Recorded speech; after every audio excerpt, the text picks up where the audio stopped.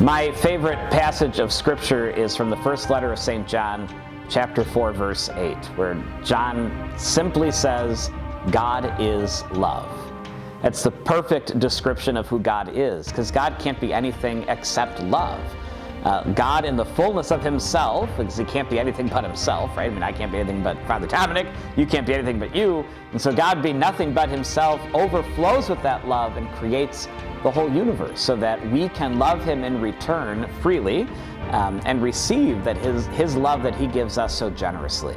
And so friends, we can often get these other ideas of God, that he is some vindictive dictator or some monarchical ruler, and we are like the ants and he's the big kid with the magnifying glass. And all of those images of God are just lies and horse hockey. God is love. And whenever we experience love, which many of us are experiencing in these days of Advent, we're encountering God. And when we're suffering and not feeling loved, then we're suffering from what can be an absence of the Lord in our life. But ironically, in those absences and longings, God is still very close to us, even if we don't feel his presence. And so friends, I just invite you to really see God for who he is. He is love. He loves you. And as one of my favorite musicals, Les Miserables, says at the very end of the musical, to love another person is to see the face of God.